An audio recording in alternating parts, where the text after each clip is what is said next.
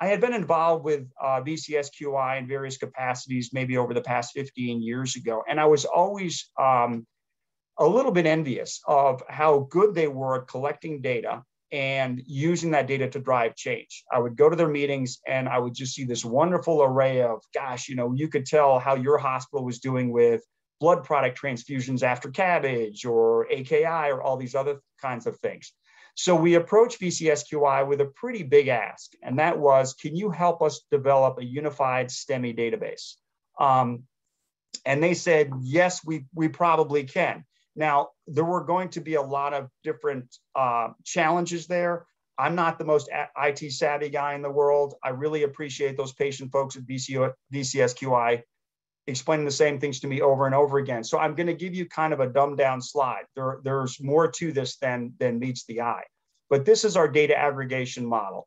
And basically, after action went away, most of the hospitals in Virginia went to either Get With the Guidelines or chest pain MI. What they have helped us work out is a way to get that data uploaded from those two data sets into ARMIS, a vendor for aggregate database and reporting.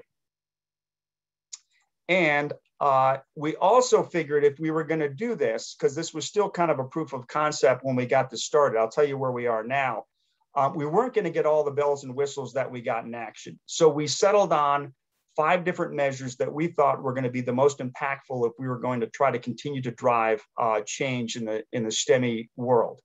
That was first medical contact to balloon time, both median and percentage less than 90 minutes, transfer time, door in, door out time, patients with pre-hospital EKGs, and then COVID positive patients for obvious reasons. And I am proud to show you what we have so far. This is anonymized data from different hospitals. I know this is not perfect. There's some holes in it. We're still looking at scrubbing some of it, some of the inclusions, exclusions, but this is a great start. And this is getting us back to where we were when we still had the action registry.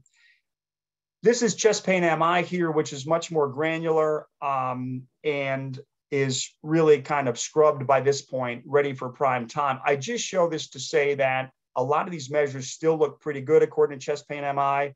Not all hospitals are on chest pain MI, but there is a lot more data to be had. So I think we're going to be okay. And I'm very, very excited in future meetings to come back to you and show you what the VCSQI VHAC STEMI database looks like. So what are the next steps? The next steps are data use agreements, and these are going to be incorporated into the current VCSQI member database contracts. New members will need to sign agreement forms with VCSQI and ARMIS. It's through our legal department. It's not that hard to do, and I think it's worth it. I'm going to put a plug in. If you are not a member, an active member of VCSQI, you really, really need to be. If you are interested in cardiovascular quality improvement, and I don't think you'd be on this call if you were, I would strongly, strongly urge that you and your hospital become involved in this. It's just a wonderful way to improve patient care. I want to finish on kind of a practical note. I consider myself an optimist. I think Mike Contos, one of my fellow co-founders, would as well. I think we would not have had a certain degree of optimism. If we had not had a certain degree of optimism, we never would have started the Virginia Heart Attack Coalition. But I also want to provide kind of a realistic perspective.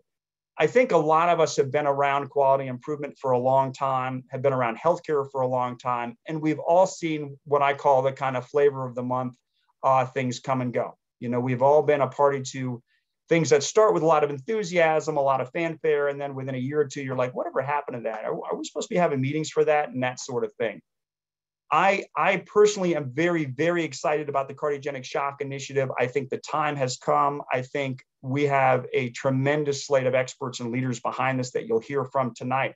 But ultimately, what will decide if the Cardiogenic Shock Initiative becomes impactful and sustainable is what I call the ground game. And I make an analogy to politics. And I know after the last 4 or 5 years, that may take on a lot of different connotations. So forgive me for this sort of stretched analogy. But I think we see a lot of great ideas, a lot of great leaders come onto the scene with a good bit of fanfare and excitement, only to quickly wither and sort of end up in the where are they now category. And I think that comes down to motivation, to organization, and to and the ability to basically get people out there knocking on doors, you know, district to district, and getting this stuff done. So I am, again, very excited, very happy to be involved in the Cardiogenic Shock Initiative. And I think our leaders realize that when all is said and done tonight, how sustainable and how meaningful this initiative is really going to depend on all of you and all of the folks that you can recruit in your areas to make sure that this work is carried out. You know, people come to the meetings, people look at the data, they collect the data, they feed it back to their providers, and they figure out how to affect meaningful change.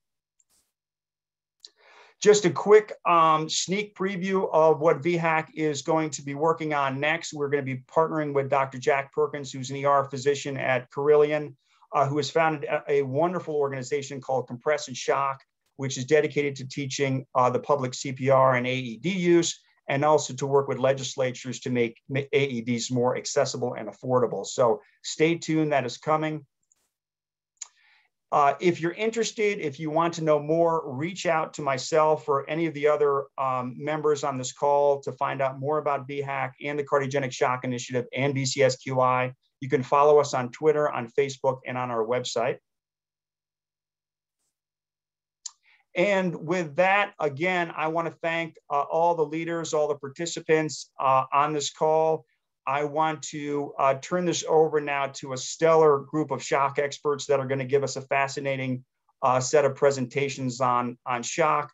I want to kick it off by introducing Dr. Sula Mazimba, who's an associate professor at the University of Virginia and the director of their Cardiogenic Shock program. And Dr. Mazimba, I turn it over to you now, sir. Thank you so much, Dr. O'Brien, for that presentation. I have a case to share that sort of encapsulates the importance of cardiogenic shock teams in hospitals, because care has been shown to be improved with cardiogenic shock, multidisciplinary shock arrangements. So,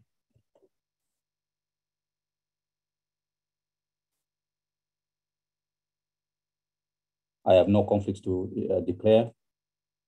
So I have a patient that I was fortunate to participate in his care, a 54-year-old male patient with a history of hypertension, hyperlipidemia, obesity, tobacco abuse, and had presented to outside hospital with chest pain and diaphoresis.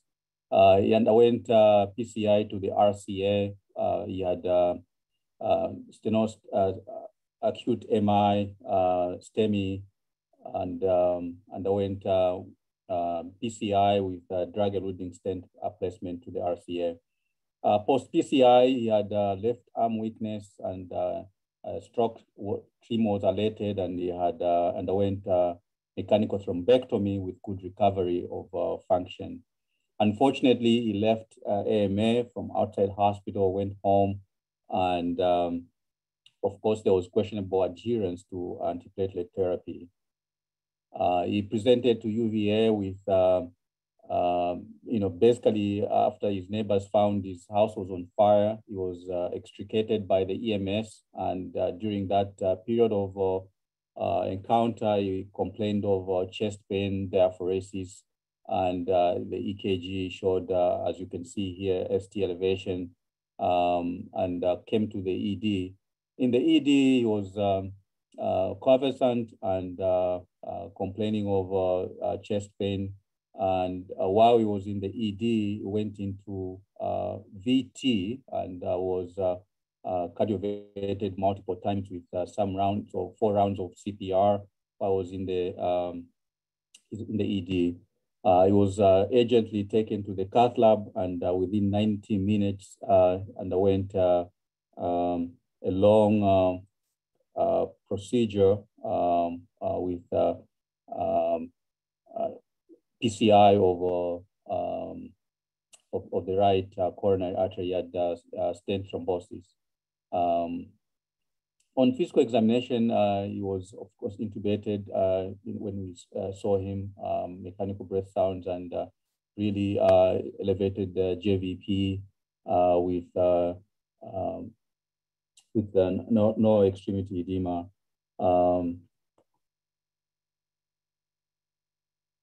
These were his labs on in the ED. His lactic acid was 1.9. His troponin elevation was 29.8, and he had some evidence of end organ damage with a creatinine of 1.8, and you could see his liver function tests were also elevated. This was his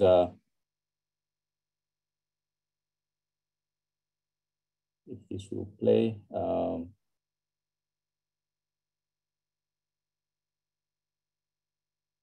Anyway, he had, like I mentioned, RCA lesion with instant thrombosis, and he underwent 3 drug-eluting stents. And his hemodynamics, right atrial pressure was 23, his wedge pressure was 26, his cardiac output by FIC was 5.6, his index 2.5, and PAPI was 0.7 with the cardiac power was 0.6. He underwent a balloon pump, and at this point, our shock team was activated, and we had discussions around whether he needed a right ventricular support device, but we elected to keep him on a balloon pump and left the swan in place, and with cautious monitoring to decide whether he was going to need a mechanical device for the right ventricle. So he went to, again, this was his right ventricle. Unfortunately, our echo images are not playing here, but you could see he had severe RV dysfunction and pulmonary edema on chest X-ray. In the CCU, he was on multiple pressors and on balloon pump, studied on nitric oxide, requiring high oxygenation with an 80% fractional flow oxygen with high PEEP. His PAPI was still on the lower side. CPO had improved somewhat.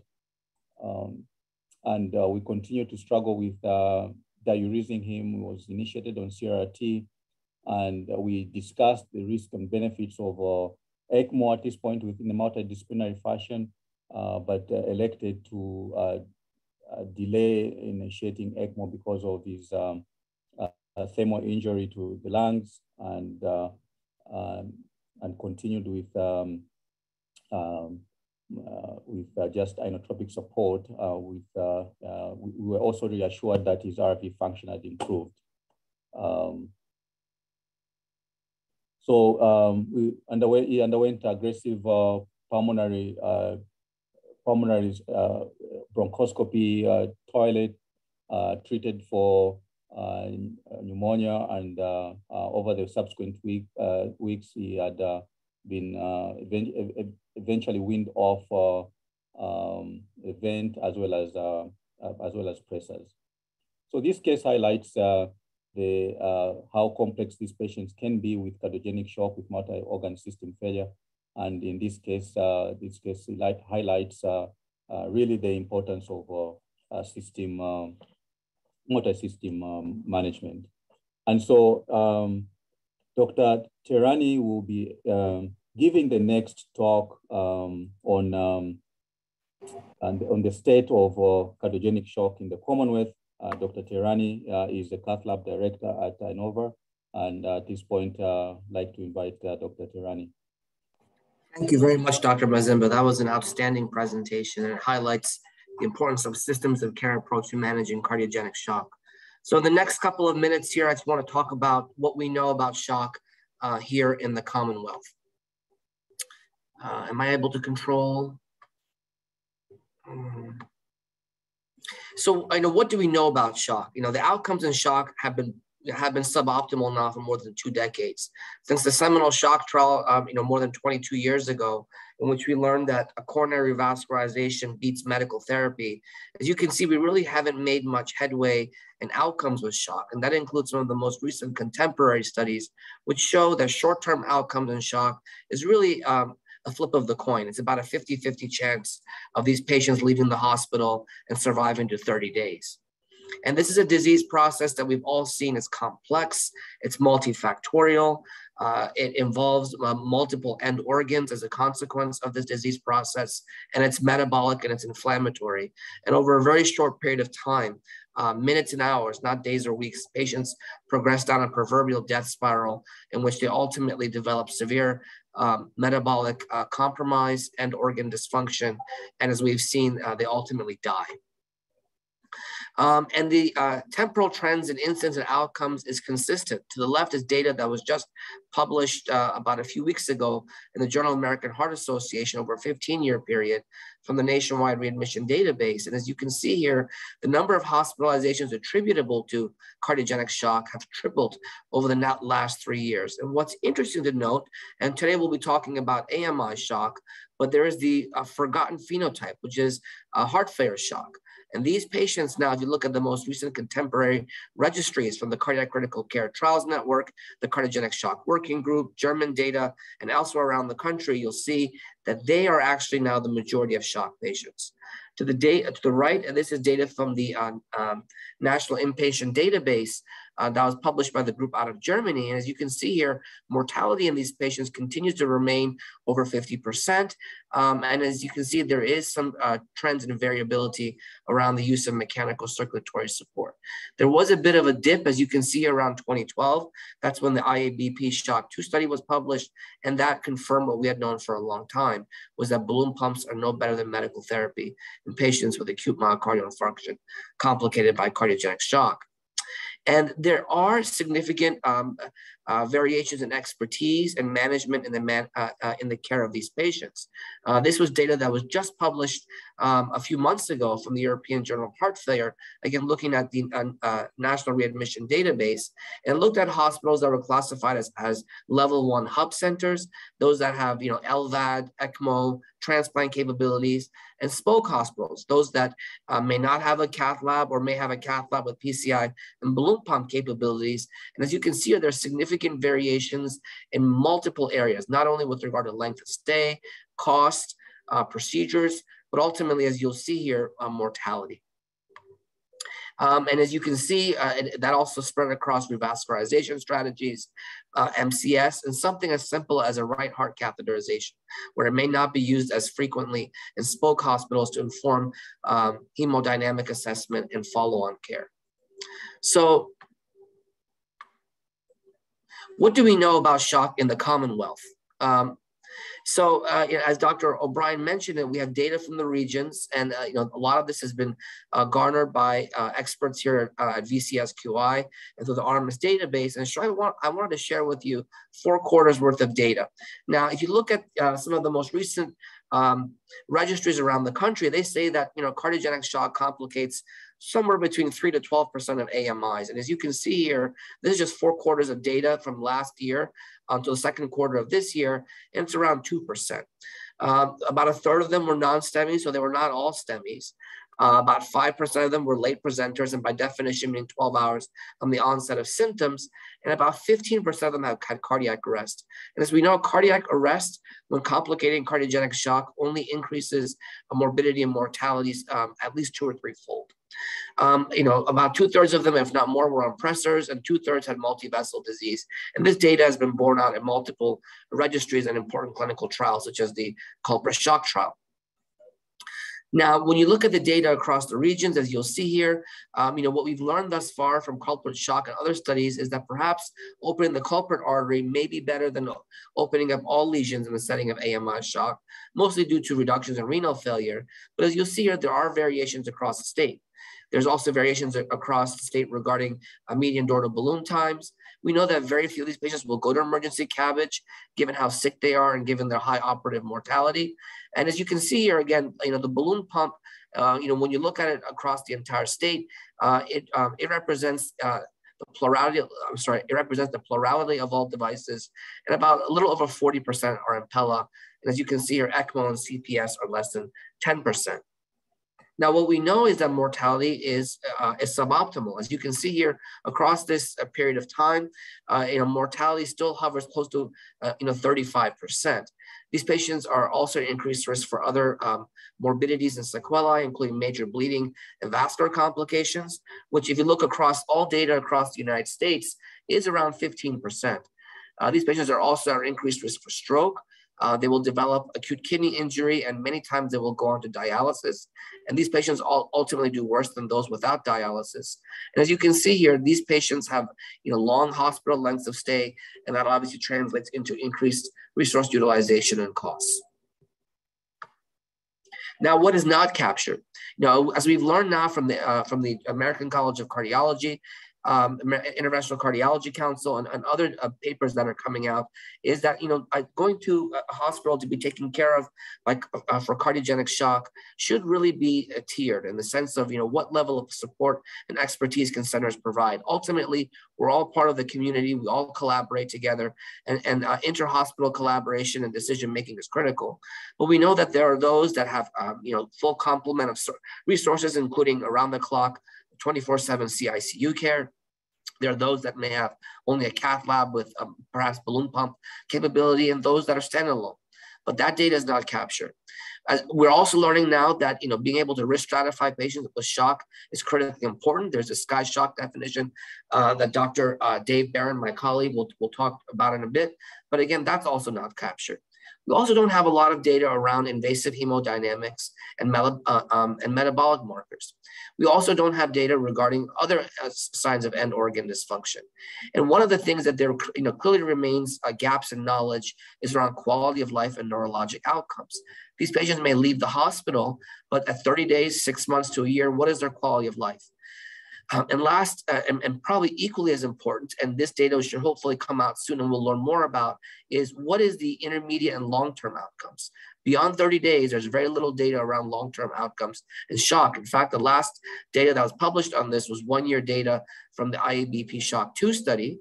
And again, they also had data for 6 years out. And as you saw that in the initial slide, only a third of these patients are alive.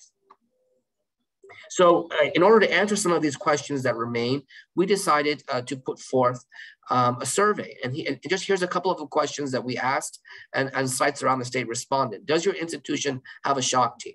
2/3 said no. Which of the following best characterizes your institution's shock care capabilities? As you'll see, 3/4 of centers are level 2 sites. They have a cath lab, they have 24/7 PCI, balloon pumps, some may even have Impella capability.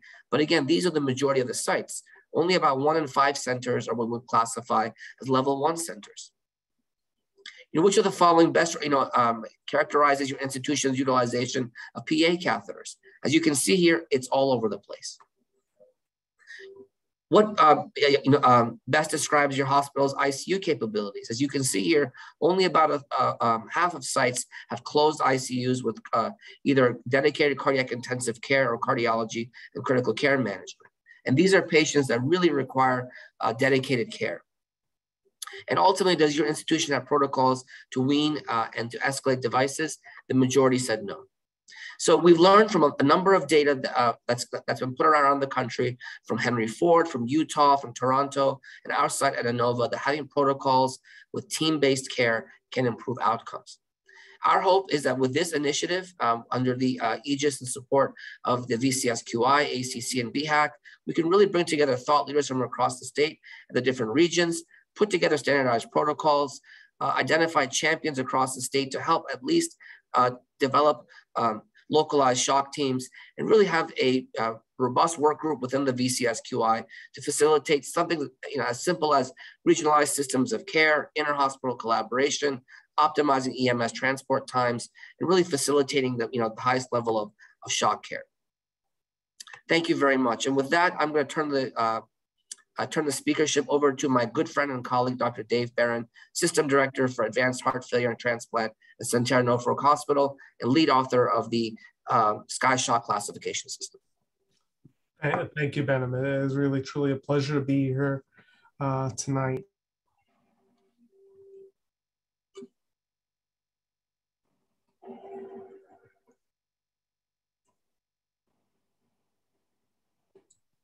Hold on.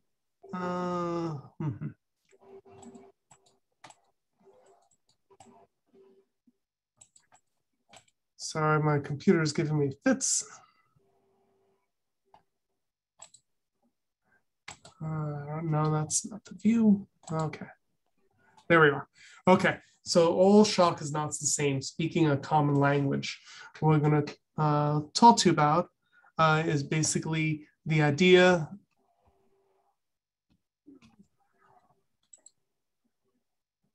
Okay, disclosures. Disclosures are here.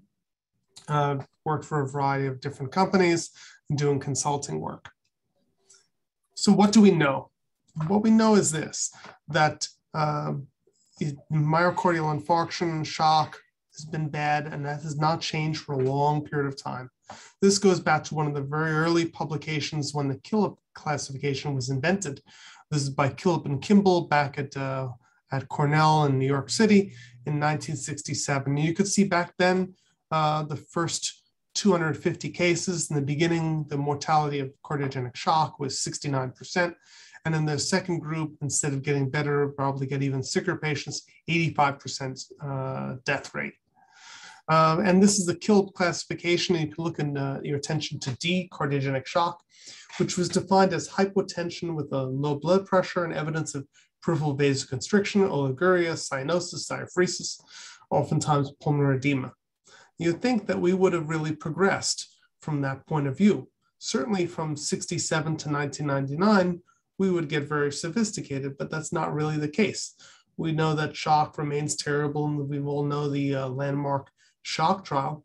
Just reminding you that this showed about 50% survival, and there's a slight improvement with the revascularization in acute MI shock, but that actually was not significant at 30 days, but eventually became significant at 6 months. The cardiogenic shock definition in 1999 was this, very much the same, end organ hyperperfusion due to cardiac failure with simple things like cold extremities, poor urine output, low blood pressure, defined by a blood pressure 90, and a cardiac index that was low with an adequate filling pressure. So have we gotten anywhere then? Well, in 2019, it's still the same. Look at the curve to the right. About half of the patients die with Impella support, which is certainly a lot better than we had back in the 60s and in the 90s. And it's actually no different in a matched analysis with what occurs with the balloon pump. So I have this nice patented shock survival calculator. It's multi-purpose. It works on Sundays when you're watching the game, and it works on Friday nights when you're watching a sick patient. And that just shouldn't be. In 2021, it shouldn't be a flip of a coin to decide who lives and who dies. And I got interested in this field a number of years ago, but one of the things that came up when we talked to colleagues is that, gee, you know, patient gets transferred over, you never know what you're going to get. Is it a patient that's really super sick, the patient not that bad? And is it a pity that we don't really have a way of subdividing all the kinds of shock and getting the language right, and really always felt like we're getting apples and oranges. And if you look at this cartoon, what do you mean? If you stand on the left side of this particular square, you see 4 bars. It's very, very clear, you're quite sure. But if you stand on the right side, it's very obvious that there are only 3. And so we felt that it's really necessary to resolve this. And in order to do so, it has to be something that really has broad interest among multiple societies. And I was privileged to co-chair a group with my colleague, Dr. Harry Naidu from Westchester. He and I and 12 others, including international representation, were able to come up with the Sky Shock classification. And basically, maybe familiar to many, it has 5 areas, including stage A, which is at risk. The idea being that at the base of the pyramid, there are a lot of patients who are at risk for cardiogenic shock, but not yet there, but have the substrate. The patients who are B, beginning cardiogenic shock, these are patients who either have hypotension or tachycardia. And was recognition that those patients are actually beyond the stage of stage A, and that they have additional enhanced risk. Stage C is the typical patient with cardiogenic shock, with hyperperfusion, and the idea being that whatever the initial therapies are for cardiogenic shock, that patient would be in stage C. We importantly added 2 stages on that did not exist prior to this schema. And first one was D, the patient who fails to respond to initial interventions. This was based on our clinical judgment that when you see a patient and they don't respond to whatever you tried first, understanding that what I tried first may be different than what Dr. Tarani or somebody else may choose as a first therapy, and that deterioration from whatever was the initial approach is bad. And then lastly, extremis, the patient who is truly going down the tubes, supported by multiple interventions. Oftentimes you recognize these patients because there's 20 people in the room, and you're really trying to fight cardiovascular collapse. And importantly, there was one modifier, the arrest modifier, and more to come about that.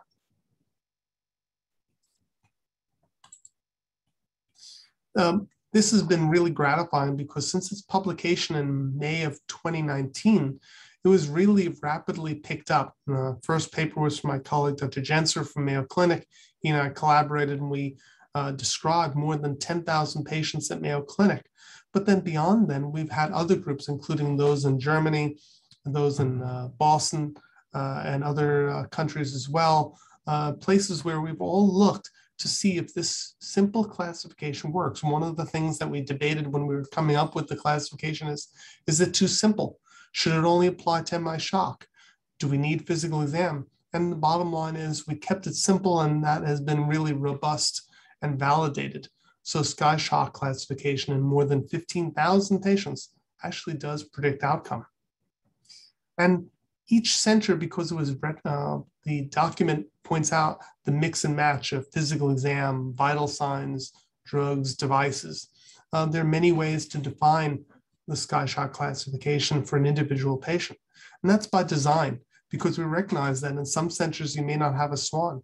If you're on an ambulance, you don't have all invasive devices, but you can spot a sick person. And so we looked at multiple different things, and you can see that all classifications tended to use vasoactive drugs, and many included MCS. A lot of the retrospective papers by definition couldn't use physical exam, and many people use lactate. Regardless of how you defined it, this graph shows that the escalating mortality from SCI A to SCI E, and so I would urge the committee as they consider a cardiogenic shock collaborative across Virginia to consider incorporating, and we could certainly talk at a longer time, about SCI shock classification across the spectrum of care, because knowing the classification makes a difference. In addition, this works not only with acute coronary syndromes, but also works with the heart failure phenotype. You can see in acute coronary syndromes, the stair-step improvement worsening of mortality as you go across. And the same thing occurs in heart failure. And that actually makes sense biologically. Shock is shock, whether it's because you close the LAD or whether your heart failure is decompensated. This is from the Cardiogenic Shock Working Group, so much the same that heart failure, MI, as well as all. So multiple authors have shown this. In addition, cardiac arrest is really important because at each stage, cardiac arrest does worse, and it does incrementally so. So that's a really important aspect as you're taking care of patients to factor in the dreadful effect of a cardiac arrest. So in short, there are many modifiers for SCI stage. Not all grade Cs, stage Cs are the same. Not all SCI D are the same. A lot of things have been published, including the effect of hemodynamics as a modifier, echocardiography, inflammatory response, or kidney failure. Just a plug for a local effort that we did here at Centaur Heart Hospital and published. We actually are the only group yet to date that actually prospectively validated SCI shock.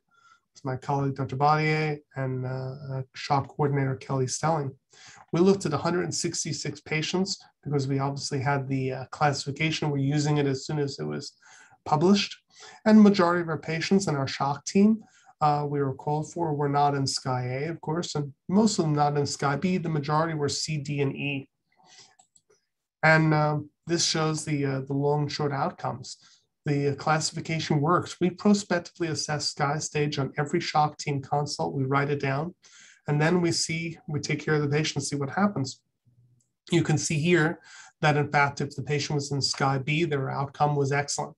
If they're in C, D, or E, the mortality is progressively higher, but especially a clustering and the big difference between B and C. And the difference, even with 166 patients, mortality was highly significant. In addition, because we were prospective, we could actually look to see what happens at the 24-hour period of time. So the next day, we would again assess sky stage and see where the patient is. And we found this fascinating finding that if at 24 hours the sky stage was better, meaning D to C or C to B, any sky stage better was a dramatically different survival trajectory versus if the sky stage was the same or worse, dramatically worse. And this is very valuable because as we consider applying this to other hospitals, say you're at an outside hospital, you're taking care of a patient, their sky stage the next day with whatever you've done for them is better. In contrast to the case that Dr. Mazimba presented where the patient wasn't making as quick headway as you want, then you know that that trajectory is a bit worse. Is it guaranteed that it's going to be bad? No, but it certainly should get you thinking if you're not in the hub already, considering talking to the hub center. And this is actually a dose response curve. This is actually patients who improve 3 to 4 sky stages. So those few who come in sky E and improve to B or A, or these patients who improve 2 sky stages, you can see that actually the more improvement at 24 hours, the better the trajectory. So in conclusion, sky stage represents now a very well-validated common language to describe patients with cardiogenic shock. It's useful across the spectrum of care, including pre-hospital environments. It clearly does predict outcome. And reassessment is simple, no cost, and it really is critical as the patient evolves either positively and negatively, being able to make those decisions at the bedside about what to do, what to talk to the family and caregivers about. And we hope really that the use of this common language will assist. Ultimately, the goal is to reduce the mortality of cardiogenic shock. And we've not gotten anywhere in 30 years. We're hoping that this will at least help along with shock teams and other efforts to really crack the code and improve the mortality of cardiogenic shock. And now, Ashley, I appreciate your attention. I'm going to give you a double dose of my good friend, Dr. Tirani, because Dr. Truesdell is working on a STEMI at the moment. So fortunately, Dr. Truesdell is at the same center as Dr. Tirani, the director of the cath lab at Inova. Benham, back to you.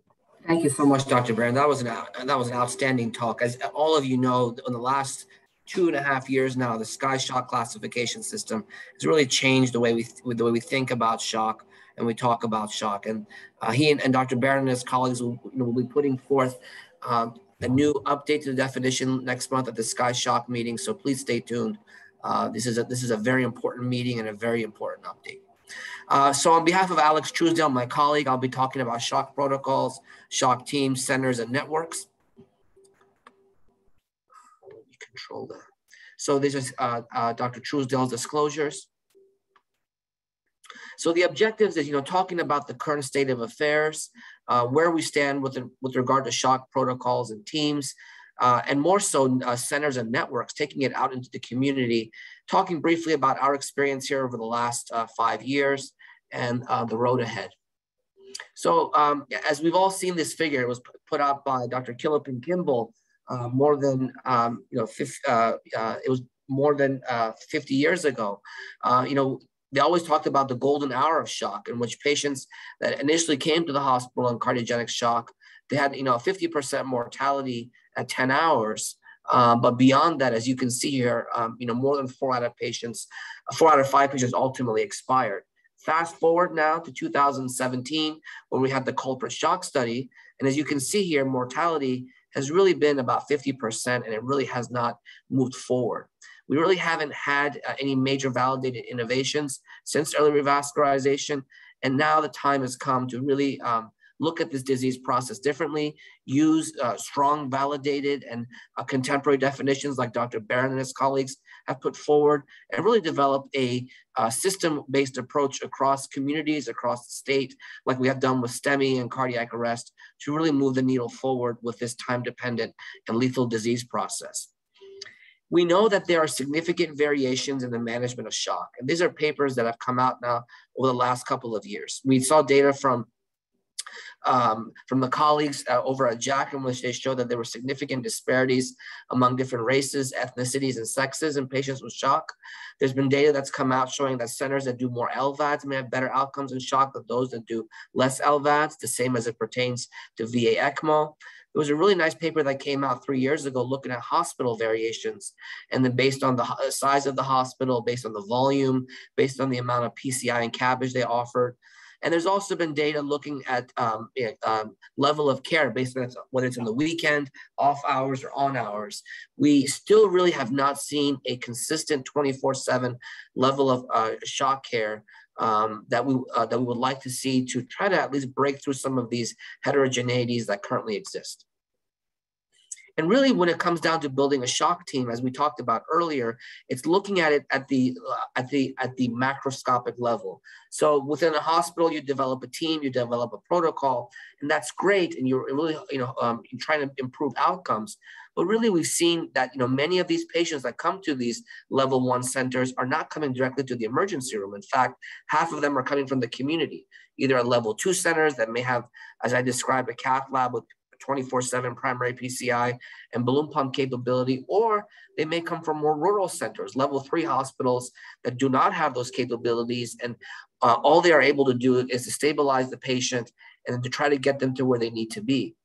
And so it becomes incumbent upon level 1 hospitals that do have, the core members of the shock team to really work with our partners in the level 2 and the level 3 hospitals to, provide them with the resources and the one-call level access to get these patients to the level 1 hospital for further level care in the CICU and ultimately evaluation for cardiac replacement therapy should they be needed.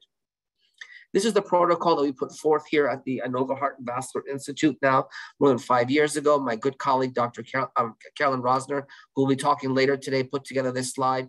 And it really highlights what we tried to do at this institution, which was to really standardize the care for shock, whether it was due to acute coronary syndrome or heart failure. So we gave this nice laminated card to our colleagues in the emergency rooms and elsewhere within the Inova Health system, in which we gave them the telephone number to call, the clear clinical and hemodynamic criteria. And really then once the patient was transferred to our center here at Inova Fairfax, we would then proceed with further level of care, whether it was comprehensive hemodynamics, complex revascularization, Impella, ECMO, or cardiac replacement therapies. And so it came down to knowing who the multidisciplinary team was, rapid identification of the shock state, using a PA catheter to phenotype the shock so we can provide appropriate and informed care, and really try to minimize the amount of vasopressors. Vasopressors are toxic on the heart. They increase infarct zone, they increase the risk for arrhythmias, contraction band necrosis, and they increase the risk for mortality. And ultimately, what we all care about is native heart recovery and survival. And so what we did here at Inova, and it was done elsewhere around the country with the National Shock Initiative with Dr. Bill O'Neill, Dr. Barbara Brashear and colleagues at Henry Ford, Dr. Dracos and colleagues at Utah, Dr. Barron and colleagues that they did at Centera, and also others in Canada. We showed that by bringing together a team using standardized protocols, we were able to improve short-term survival to close to 70%. And that's a significant improvement from where it's been for the last 20 years, where it's been around 50%. And again, ultimately, when it comes down to identifying the patients with shock, it's important to have quality measures to improve outcomes. So when you look at these different studies, the quality measures varied. With the National Shock Initiative, it was hemodynamics, and with MCS before PCI. And when you look at what we've done, also Utah and Ottawa, and also at Centera. Ours is based on hemodynamics and really tailoring the therapy to the patient, but also standardizing care, not only around hemodynamics, but in the CICU, and especially around large bore access, where we know that these patients, if they have a bleeding event, can be potentially catastrophic. And so really it comes down to a common themes of using invasive hemodynamics to inform care, early consideration for MCS when appropriate, protocols, and team-based care. And so as you can see here, our short-term survival rates over the course of the last 4.5 years have remained at or above 70%. And so really our hub and spoke network has really expanded over the last 4 to 5 years, in which we partner with hospitals within our region in West Virginia, Washington, D.C., and Maryland. And we work with these centers to provide them with the resources so that when they have a patient that they suspect is in shock, the patient can be transferred, and we keep in close communication and contact with our partners and with our friends and physicians at these other hospitals in the ongoing care of these patients. So in conclusion, improving survival is key. And so that comes down to not only protocols and teams, but also developing protocols and multidisciplinary care networks across the state.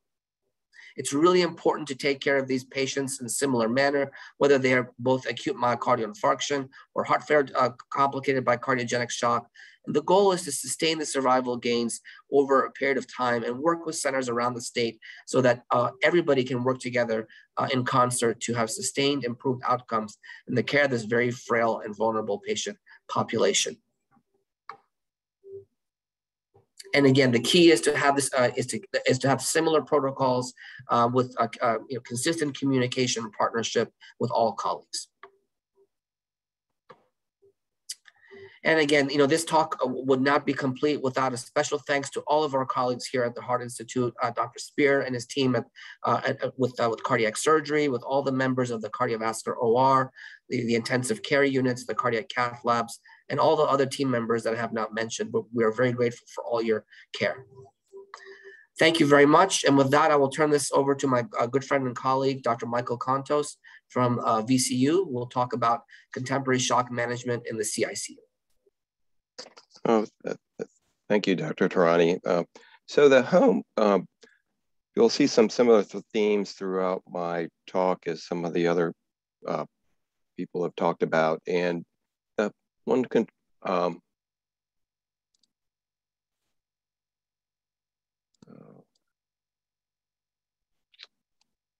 sorry, I'm trying to, oh, here we go.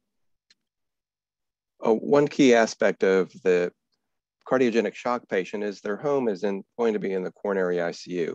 And what we've seen over time is an evolution of care in patients in the ICU. Eddie, can you let me control the slides?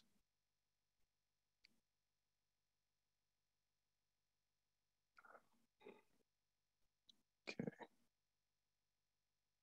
Give me just 1 minute, Dr. Contos, I'm sorry. Okay.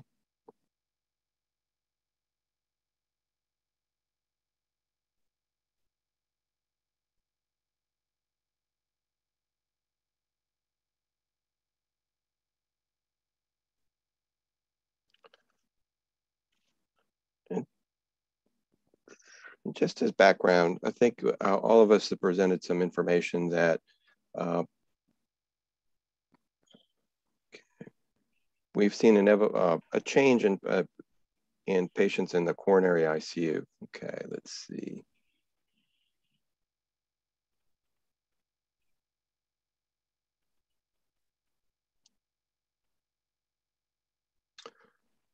And this is just some data from a number of different registries over the last 30 years or so. And as all of you are aware, cardiogenic shock has a very high mortality. However, although some data have indicated it hasn't changed that much, in fact, I think although it remains a high mortality disease state, mortality has actually improved. If you look across these registries, mortality back in the days of thrombolytics was close to 60%. Now we're approaching 40%. Importantly, when you look across these registries, the overall prevalence of cardiogenic shock has increased. So despite the increased number of patients with cardiogenic shock, mortality has improved. Next slide. But as all of you are aware, the patients in our coronary ICU are no longer those patients with acute coronary syndrome. This is data from approximately 12,000 patients from the Mayo Clinic over about a 12-year period, looking at the types of diseases and underlying problems that these patients have admitted to the ICU. On the left, you can see acute coronary syndrome was probably one of the most common ones, still making up about 40% of patients. However, the overall numbers decreased.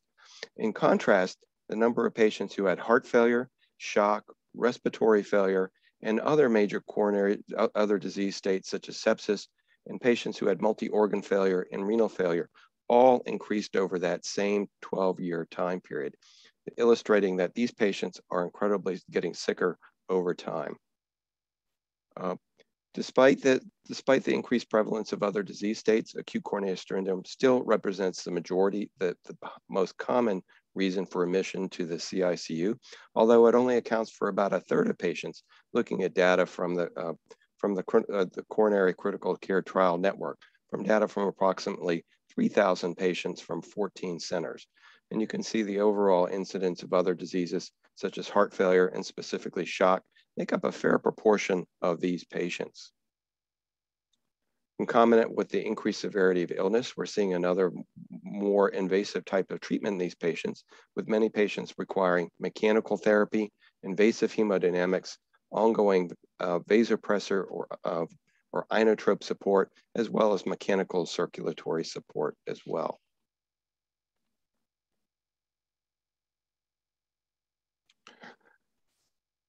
Although we typically think about the cardiogenic shock patient as those who have pure cardiogenic shock related to acute MI, it's important to recognize that there are other types of shock that we're seeing in the ICU.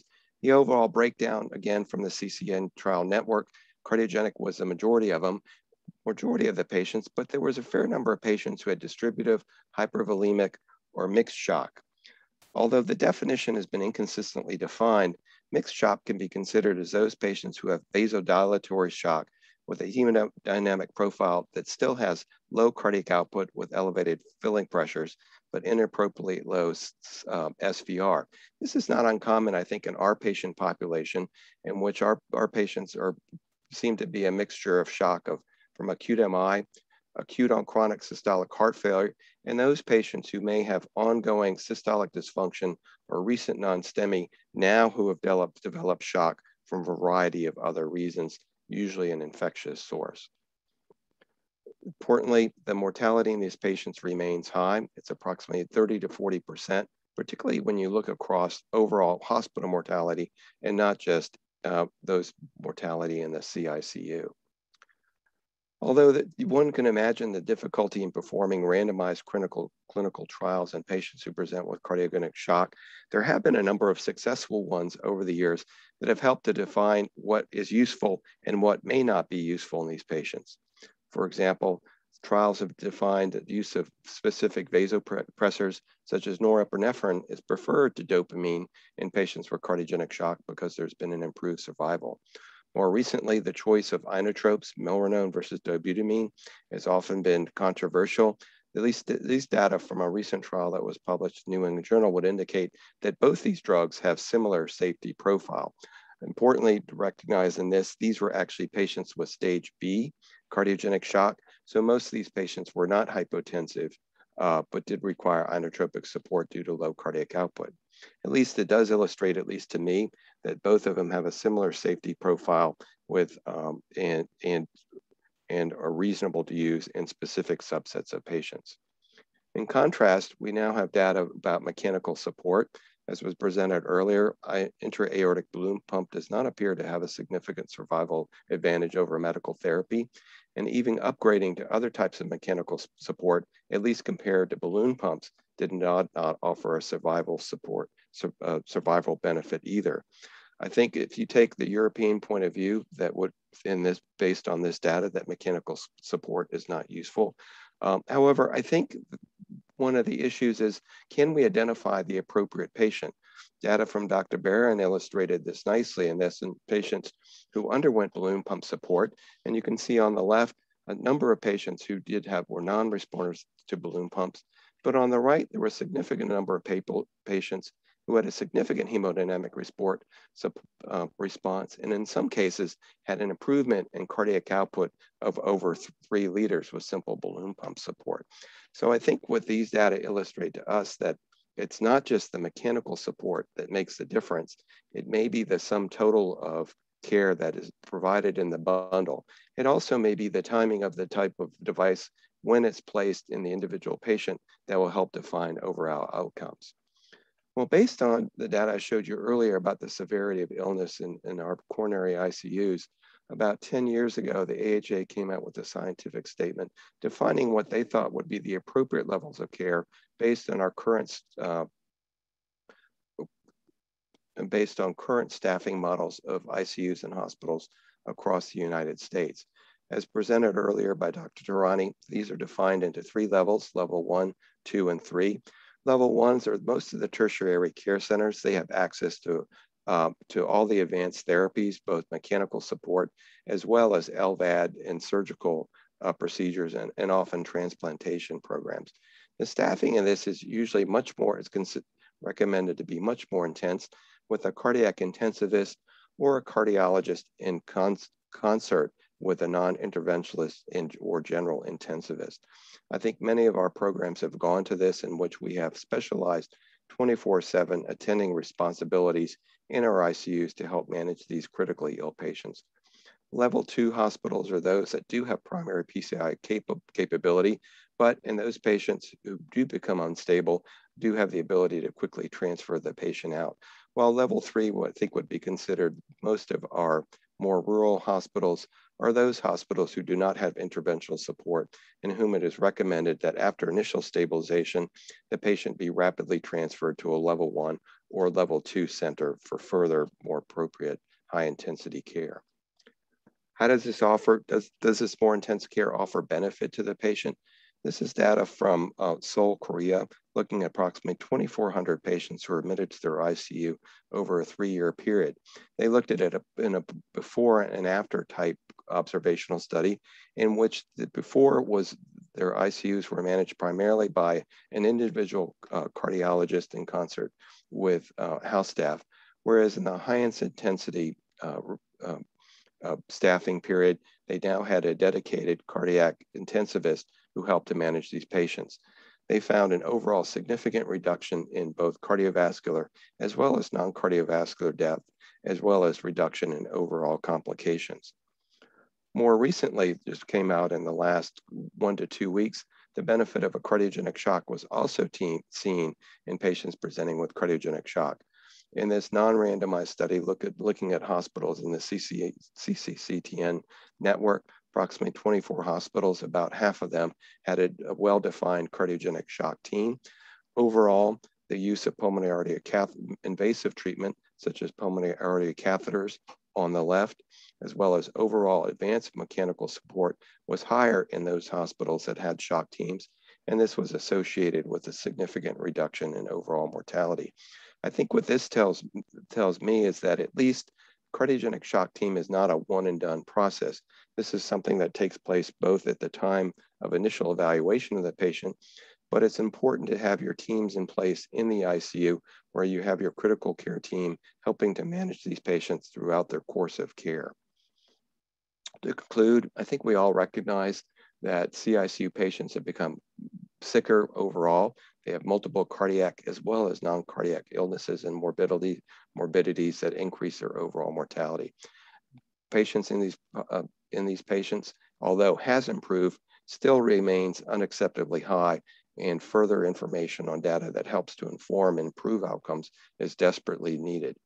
I think we've well recognized that management of these patients is more complicated as these patients becoming more sicker, requiring more interventions, and that successful outcomes do require a multidisciplinary approach to the treatment and management of these patients to help improve overall care. With that, I'll be turning over the talks to Dr. Ramesh Singh, cardiac surgeon from Inova, who's a surgical director and head of the mechanical circulatory support at Inova Fairfax Hospital. Hello, good evening, everybody. Thank you very much for introducing me. That was a great talk. You know, we all hear and talk about shock a lot, and I always learn something new, and I've already learned so many new things just from listening to everyone's talk. So it's always an honor and privilege. And thank you for letting me give you the surgeon's perspective on shock. At all the hospitals, surgeons are involved in these patients from beginning to end a lot of times. And so I'm appreciative that I'm able to give you our perspective when we get a call about shock.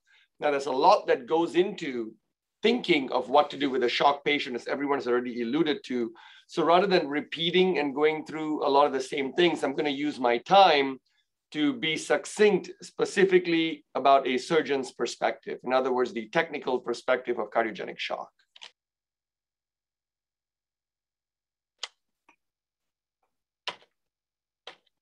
Trying to go to the next screen. Thank you. So cardiogenic shock, when I get a call, the main thing I want to think about is primarily what's the problem? Is it RV? Is it LV? Is it biventricular? And are the lungs working? Because this will give us an idea if the patient needs an Impella or Centromag or Tandem Life or ECMO or whatever. But it's important to understand the problem and not just sick patient and let's just put an ECMO. So, for example, if the patient has either RV, LV, or BiV failure, but they have pulmonary instability, then you want to think about ECMO as well. And you also want to know about end organ dysfunctions, the patient with multiple pressors and inotropes. We heard today that pressors and inotropes are not good. This thought of permissive, persistent hypotension in shock is acceptable, and it's not. So not just think about how much pressors and inotropes they're on, also do they have end organ dysfunction? Are they okay now? But look at the last few hours. Are they sliding downhill? And how much room do you have to go on pressors and inotropes? Do you need to pull the trigger on mechanical support now? And you know, we don't want to talk about these things because we do want to say we have to treat everyone the same, whether it's 2 p.m. on a Wednesday or a 2 a.m. on a Saturday. But the truth is we do have to think about some of that. You know, is the patient starting to slide down and it's already 8 p.m. on a Friday? Or do we have the opportunity to keep reassessing them for another couple of hours? Because you do have to think about the resources that are available. It's very easy for me to sit here and tell you that this is what everyone has to do when I'm surrounded by excellent people and excellent resources. But the truth is that's not always the case. You want to also have situational awareness. In other words, where is your patient? Are they in the operating room with the full cardiac surgery OR staff around you? Or are they in the corridor outside the ER? Are they in the cath lab? Are they at the bedside? All these things will also matter and determine what therapy that you do for that patient. Now, how's the patient's status? Are they talking to you? Are they slowly sliding downhill in the cath lab? Or are they in shock, having had CPR for the last 1 hour? And also, what's your staff and equipment availability at this moment? Do you have a hybrid room or a C-arm or a cath lab? And all that matters. Your hospital might have everything, but at this moment, what do you have? And don't forget the RV. You know, we learned this from being a heart failure surgeons. If you ask any heart failure surgeons, and we've learned this lesson for 10, 15 years now, is the one thing we always think about when we assess a patient for a durable LVAD is how is the RV? Because the RV tends to be forgotten. Remember, a temporary LVAD like an Impella relies on a functional RV. If your RV doesn't work very well, it's not going to fill the LV, and then whatever device you have in the LV is not really going to function. So you have to think about concurrent RV support. Now, the RV may have been fine. This may have been an LAD problem or a circumflex, but the RV, now that a significant amount of time has passed, can become an innocent bystander that has been severely affected. So maybe in the short term, but the RV still needs to be supported.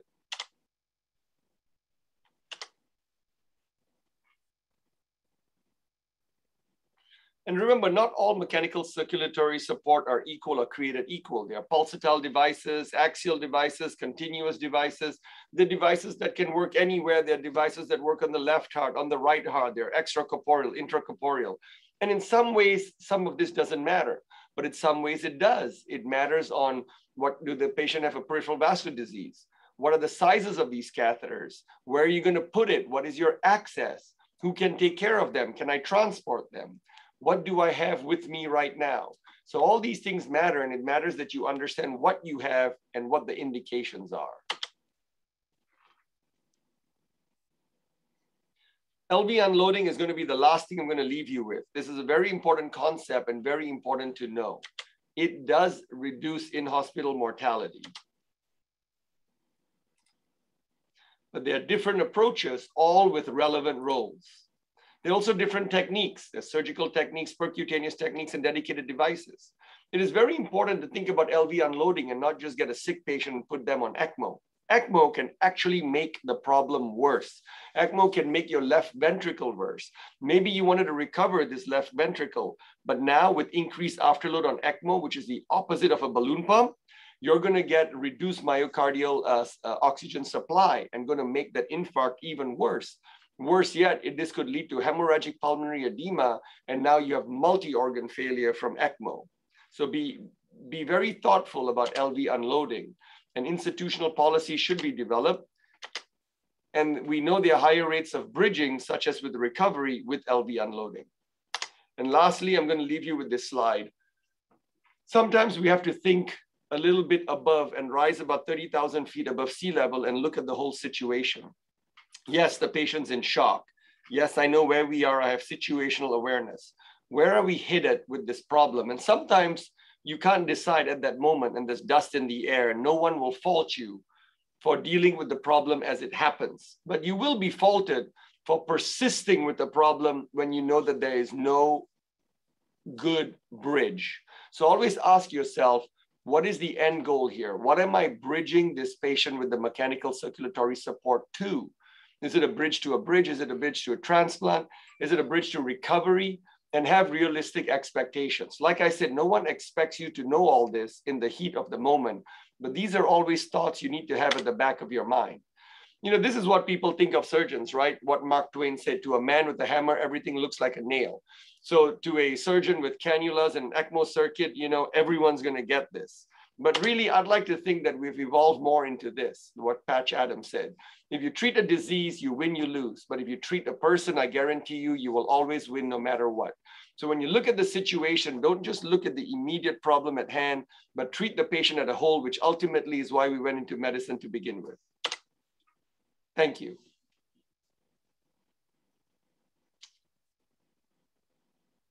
And now, lastly, I'd like to, certainly not least, I'd like to institute the person who actually puts everything together and keeps us all together and on the right path and keeps pushing us to achieve better things for our program, is Carolyn Rosner. Her title doesn't do her justice, and I would like to tell you guys that she's awesome and has a lot of things for us to learn from.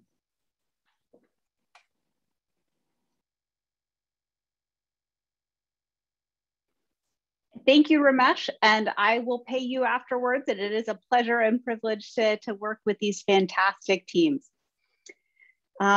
So lastly, I'm gonna finish out our lecture series today by talking about how to build your cardiogenic shock team. What we hope to cover over the next few minutes are really very simply why we build cardiogenic shock teams, which I think my colleagues here have made a really strong case for that. Who should be on your cardiogenic shock team? What does the team do? When is the team activated? And how do you get this all to work? As I mentioned, my colleagues earlier have really made a fantastic case for why we would want to have a cardiogenic shock team really at all institutions nationwide, and specifically as we're talking about today in the state of Virginia. Shock is a time-sensitive and hemodynamically complex syndrome, and I think precedent certainly exists with other disease states, both cardiovascular and non-cardiovascular, for bringing a multidisciplinary team early around these patients. For us at Inova, the shock team assembly was truly the first step in addressing substandard or suboptimal cardiogenic shock outcomes within our healthcare system. It was absolutely the first and most important step in addressing things And really, it took the commitment of the team from interventional cardiology, advanced heart failure, cardiac critical care, and cardiac surgery with Dr. Spear, Dr. Singh, I think I saw Dr. Tang on as well, saying how we're currently taking care of these patients is not okay, and we commit to taking care of them differently. But the formation of that cardiogenic shock team was, again, first and foremost, the most important pivotal step in our journey at Inova.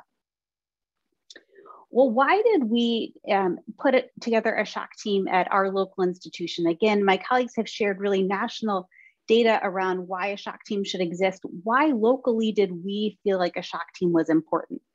Well, when we looked internally at why what our outcomes were, and then tried to identify why our cardiogenic shock outcomes were what has been shared was really the national average of a coin flip or a 50% survival, we identified really 4 main root causes that were responsible for that.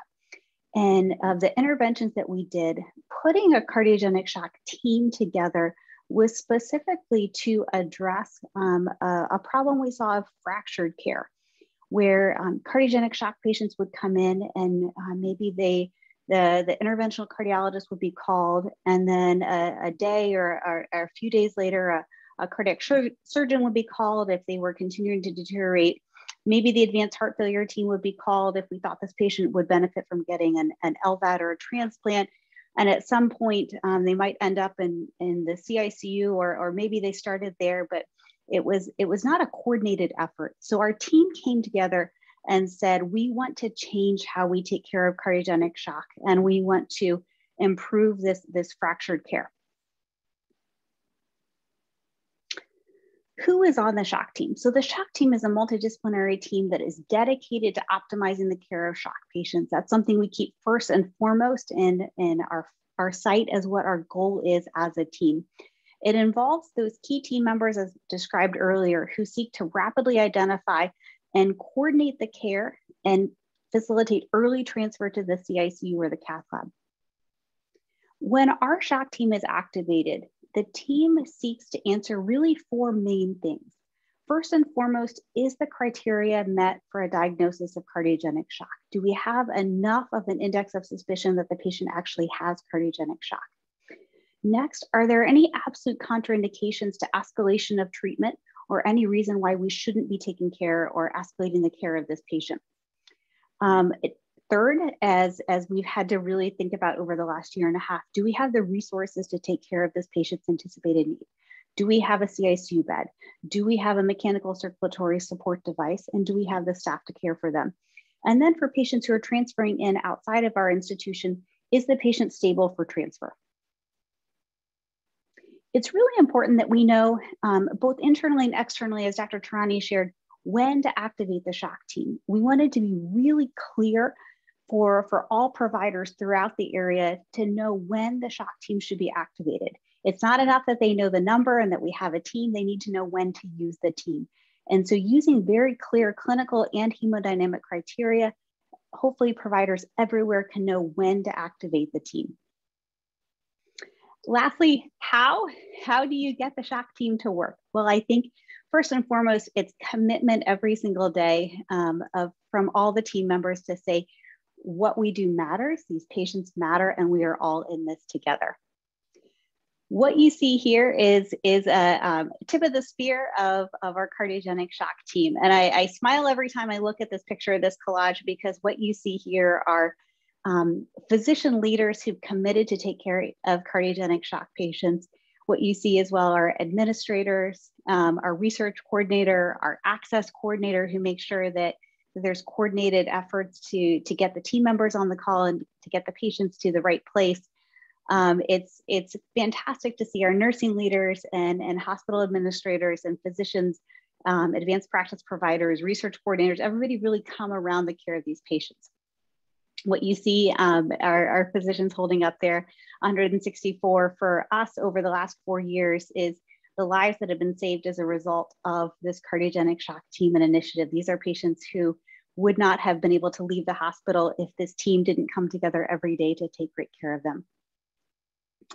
Lastly, what are some things that we've identified as a cardiogenic shock team are best practices and help ensure sustainability of the team and ensure the best possible chance of good outcomes for these patients?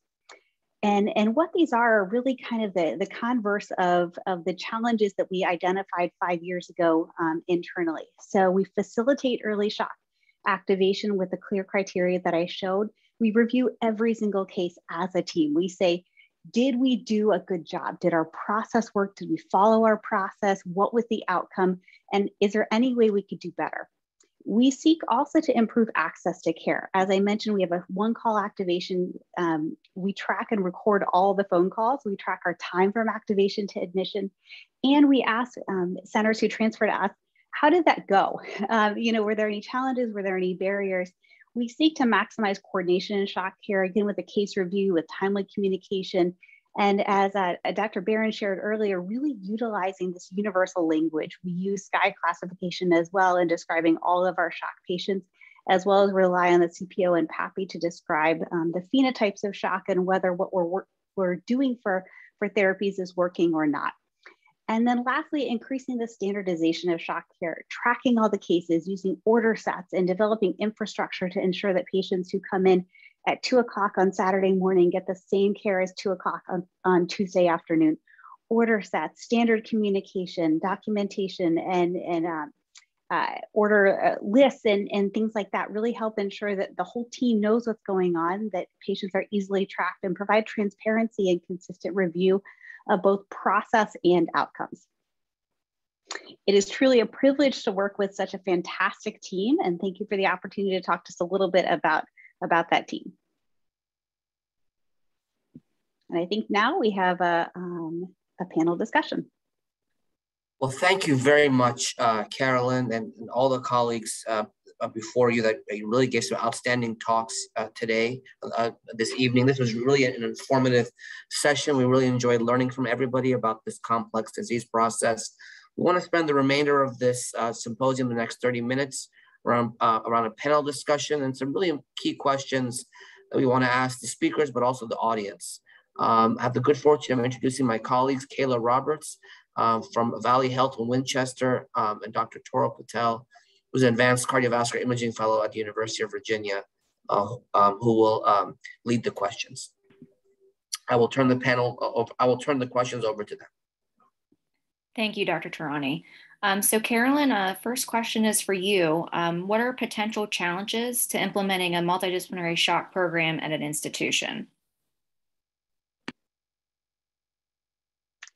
Thanks, Kayla. And I think that's a great question. I think as we hear from really fantastic national leaders, I think probably one of the biggest challenges that I would identify would be a resource or a perceived resource limitation. And, hopefully we're not always in the midst of a global pandemic, but I think that right now when, we feel limited on beds and devices and we're all feeling a little crispy and tired from all of this, you look at, gosh, I need to try and get an entire team together and commit to do more call and potentially more care and do things like that.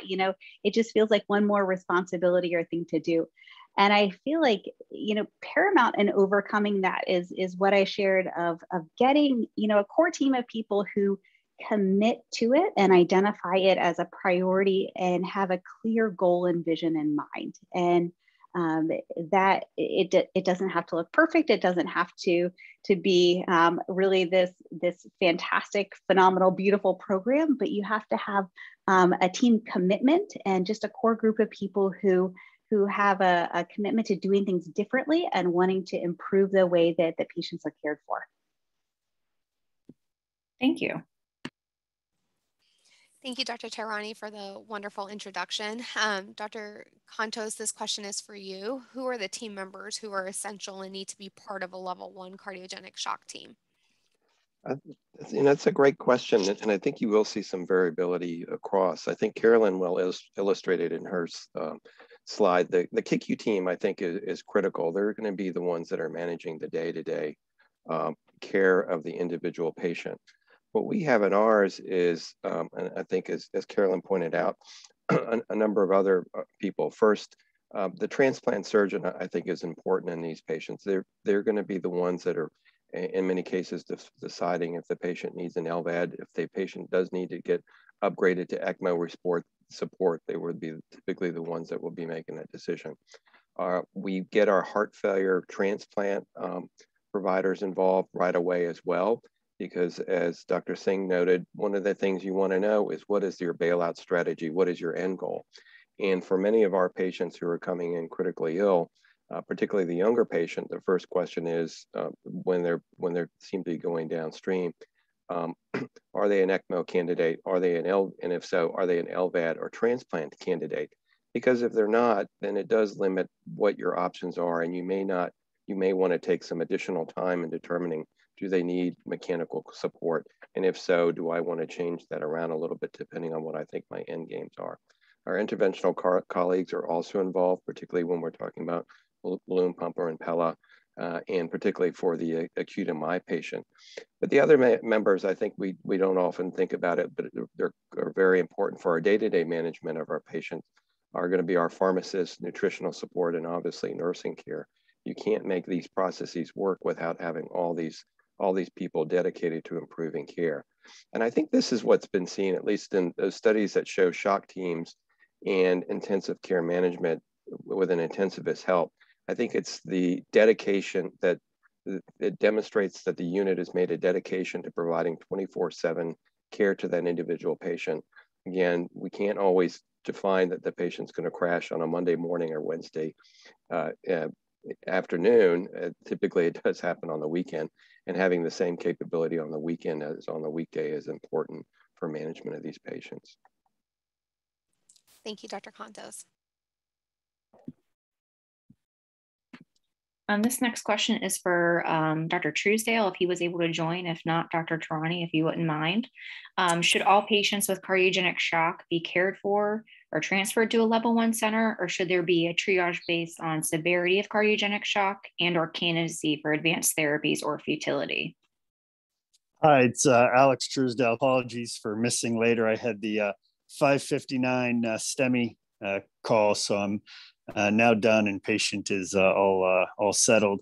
But I was able to catch some of the talks in the background as the soundtrack to the case. So thanks to everybody.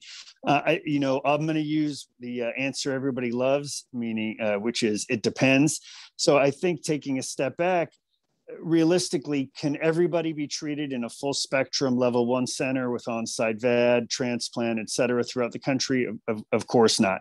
So I think there's a couple key components. Every center, everywhere of any size can, and to my mind, should have a shock team. Now, whether they have 1, 2, 3, or 4 of what we would consider the key components will depend, on the capabilities and composition of the center. You should also have liaisons to know what hospitals are to your left, to your right. And again, we already have a successful template with like the trauma model, so that, if people want to compete with each other on who does cosmetic procedures or hips or whatnot, but we shouldn't be competing in the emergency space. We should be figuring out as a community to how to work together collaboratively. And then I think the more people collaborate, you start to identify what your own capabilities are, how to improve your own capabilities, and then everybody gets a better sense of what is appropriate for me to handle at my center, what is not, and when to transfer. And that transfer may just start with early telephonic liaison or video liaison now to have conversations to sort of flesh out some of these issues so that everybody can get better over time, and we can help select which patients can be appropriately treated on site and which ones need to be transferred, because you can't just do one or the other. And really the answer is that's just going to take a lot more back and forth collaboration between centers of all shapes and sizes, which is to me the real holy grail of a network system of care. Thank you. If I can just add one other comment, this is Bob Shore. and I have the pleasure of working with Alex and with Benham, when we have a patient in one of the outlying hospitals presenting, we will call up and there's a shock team that immediately gets on the phone to discuss the transfer and what are the next steps that we should initiate at the outlying hospital. And that's a system that seems to be working pretty well for us.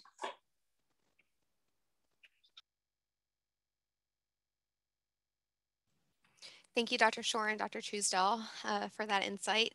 The next question is for Dr. Singh. In the absence of randomized clinical trials, how do institutions decide which mechanical circulatory support device to place in patients with AMI shock? Yes, I mean, excellent. This is something we all have to think about. So what devices you place will depend on your resources and what you have. Let's say you had unlimited resources and you could do whatever you want, anytime, anywhere you want. Well, then you have to decide on what's the most flexible device that you have that's more user-friendly, that's good for the nursing staff to use. Let's say you're a center that's mainly wanting to package people and then get them transferred elsewhere. Then maybe you want something that's much more user-friendly and more transportable. Let's say it's something that is going to be put in by people who don't do it as often. Then you want something without all the bells and whistles and just a few buttons to push. So it all depends on the part I talked about, resources of situational awareness and understanding what you want. You know, that's one of the hardest questions to answer for a human being is what do you want? What do you want to be? And not be afraid to answer that question. Once you decide what you want to be, then you can go out and get the equipment that you need to fulfill. And so you can ultimately get to the point that you're headed to. There are no randomized trials. If you talk to the companies, they all tell you that they are the best. So what I will tell you is get your hands on a few, talk to people who use them all, decide why you are using it and what you want to use it for, and then go from there.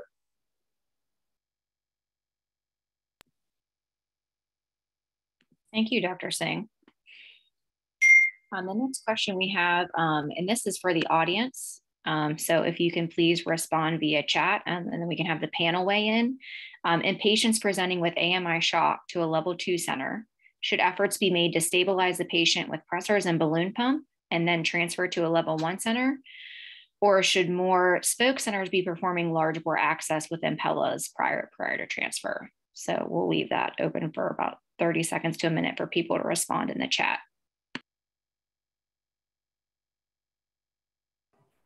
While we wait for the audience to give us their opinion, I think that's a really important question. And that's something that many large health systems around the country are having to deal with because as we know, the NCDR and other metrics, which and other tools in which we get looked at and evaluated for outcomes, bleeding is one of those major outcomes. And these patients, bleeding, unfortunately, translates into a mortality.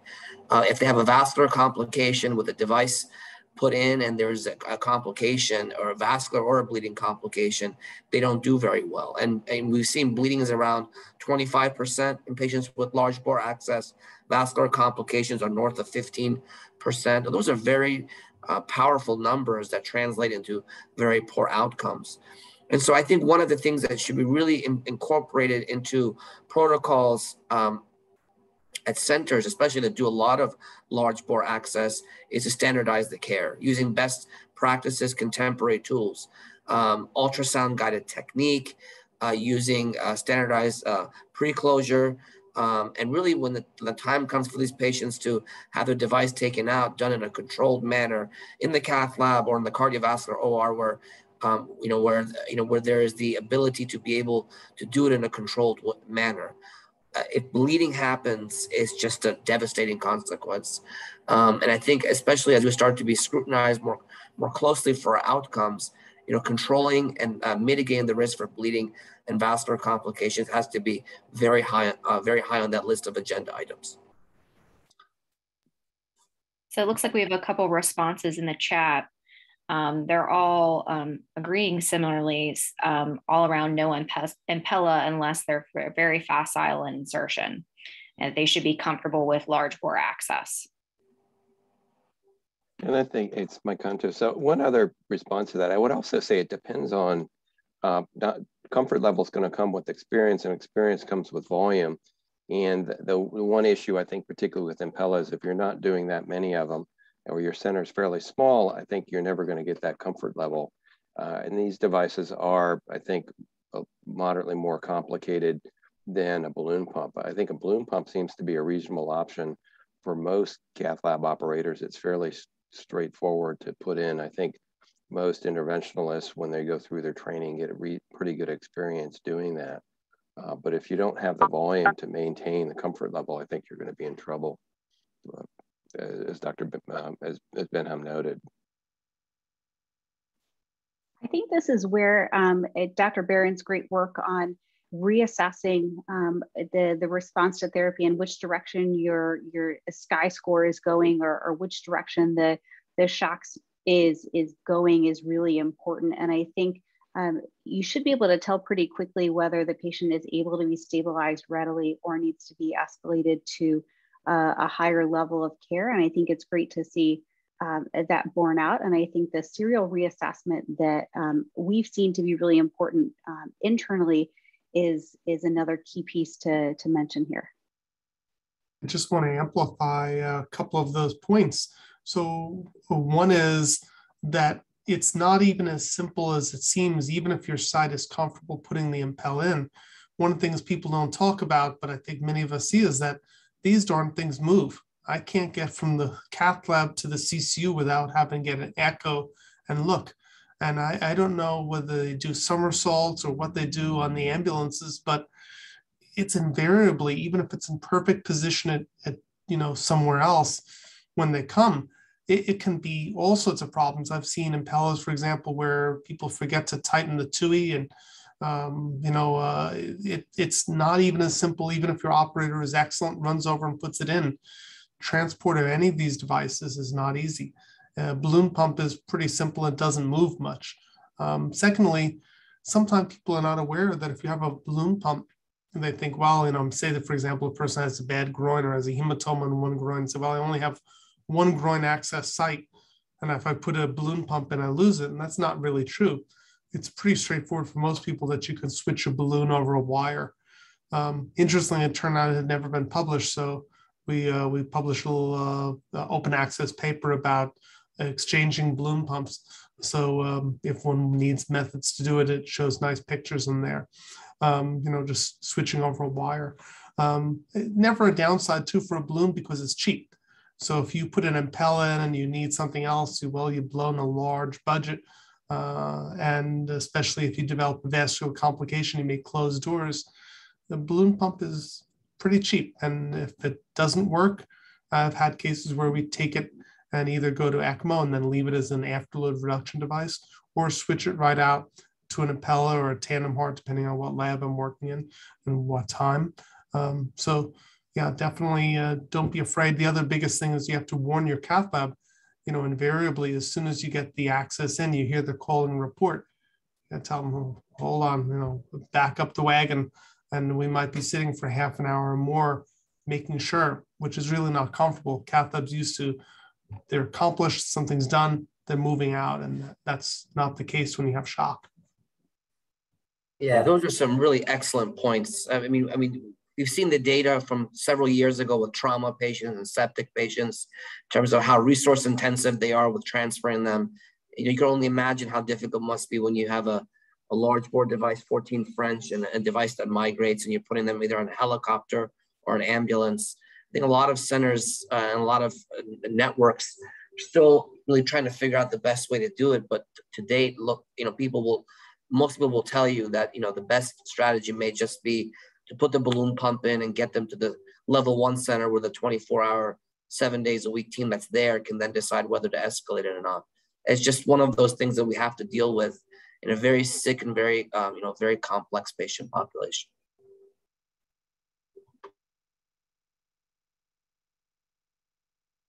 Yeah, I think I would also like to add to those excellent points that sometimes even the clinical context might also dictate what mechanical support that you use. If you have a patient who has, VT, incessant VTs, then putting something in the ventricle might not be the best way to go about it. And so, if there is LV clot, balloon pump might be the best in those instances as well. This is Alan Spear. I wonder if I could ask a couple of questions from the floor. I know we're running a little bit close on time to keep us out by 7:30, but let me first start by complimenting and applauding all of our presenters and this extraordinary breadth of information that you were able to provide for all of us this evening, and the nuances that I learned a lot from it, and I do this for a living. So I really appreciate the time and effort you spent to educate everybody. I think the 2 points I would make that are a little bit redundant, but it's really exciting to see the collaboration that has been fostered by a lot of our presenters over these past months as we're beginning to have these more open discussions with the different regions within our Commonwealth in the collaboration. And I think this really opens the door for a lot more of such collaboration between the heart failure doctors and our nurses and our surgeons and interventional cardiologists, because it really is all that we had dreamt and hoped we could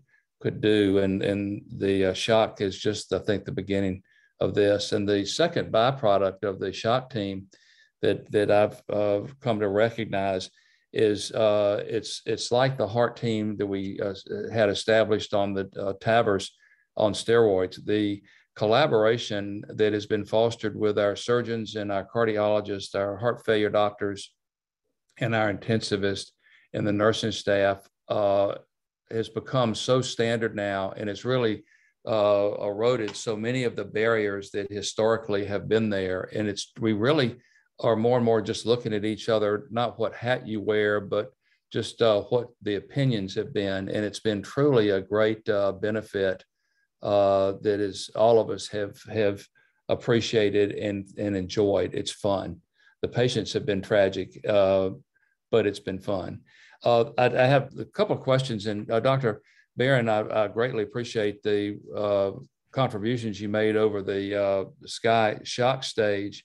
I have to say that it's sort of like the evaluation of stroke upon presentation. It seems like it has a lot of utility upon presentation, but it wasn't as clear on the follow-up, and you're seeking to look at moving between the different levels if it wasn't linked to the therapies that were delivered. So taken only as a measure without knowing what the therapeutic intervention has been, whether it is with assist devices or just catheter-based intervention or ECMO and subsequent transplant, it left me sort of hanging there a little bit. And maybe I missed that key slide, but tying that to therapy seems like that would have been a little clearer for me.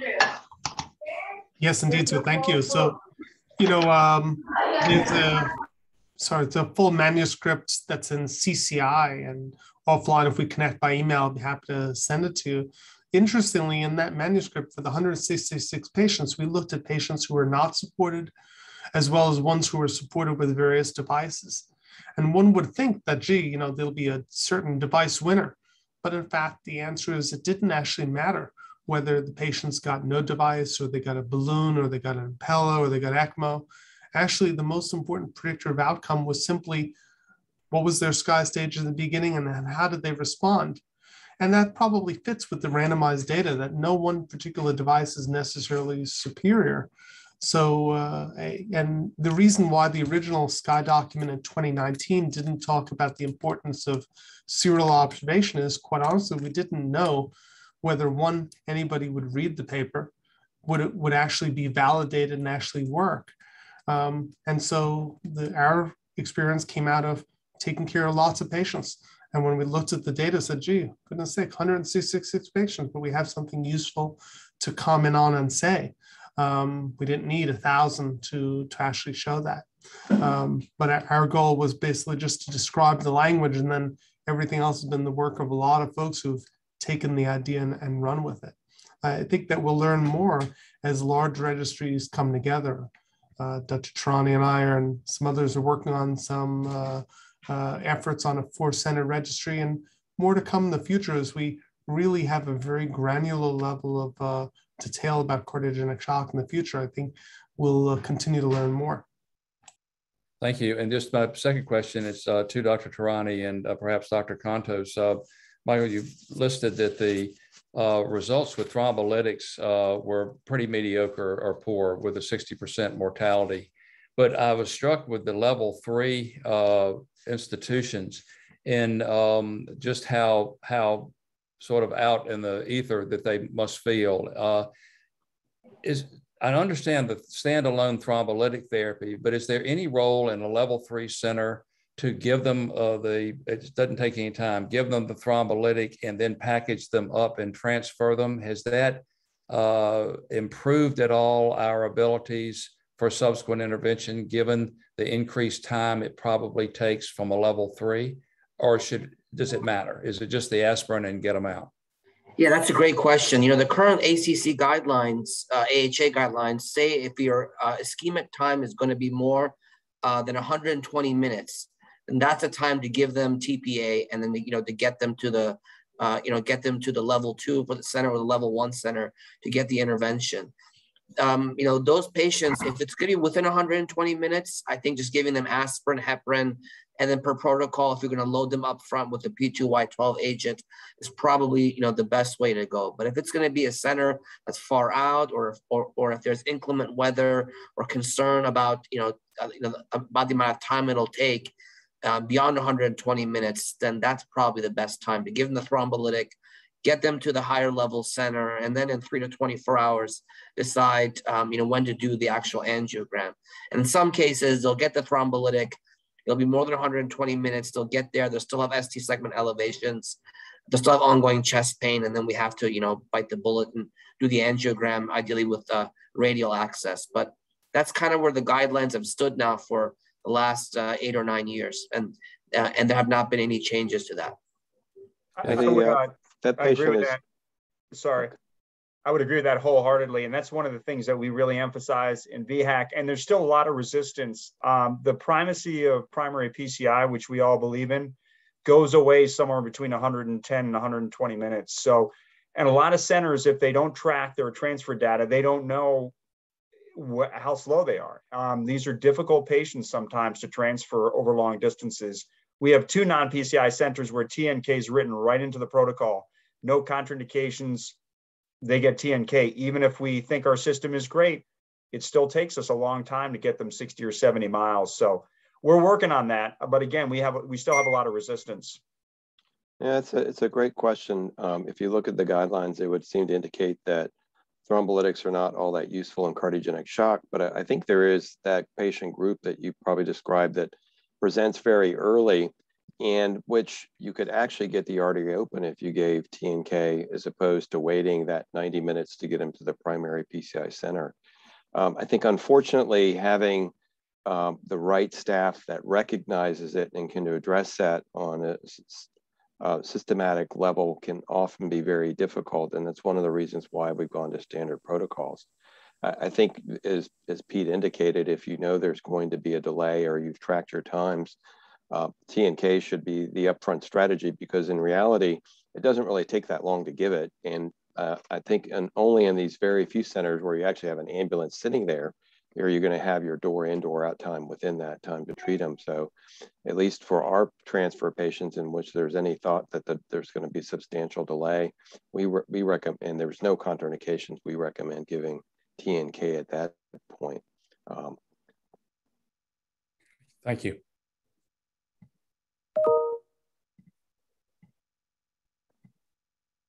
Well, thank you all very much for joining the symposium. We're very grateful for the opportunity to have shared some of this information with everybody.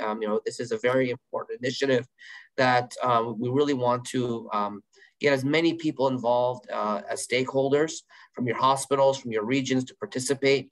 We're very grateful for the opportunity that the VCSQI and the VHAC teams, as well as the Virginia ACC, gave us to discuss this topic. There will be a think tank, a work group within the VCSQI that will start to meet regularly going forward in the next 4 to 6 weeks to discuss ways in which we can collaborate and try to move the to move the needle forward in the care of these very sick patients. Be on the lookout for an email that will go out about this. But we encourage you all to participate, be part of this. This is a very important initiative, similar to what other members in this call, Dr. O'Brien, Dr. Spear, and Dr. Contos and others did with STEMI, and we want to do the same with SHOC. And we think this is a very important initiative that over the next 12 to 24 months, we can make significant changes in the care of these patients. With that said, thank you all very much for joining this symposium. We wish you all a safe and healthy evening, and we look forward to seeing you all very soon. Thank you. Good night. Thanks to all. Great discussion, great collaboration, heart team approach, and VCSQI is a great facilitator for this. So thanks to everyone. Thank you, Dr. Short. Very grateful to you. Thank you very much. Thanks, everyone. Thanks, Benham. Thanks, everyone. Thank you.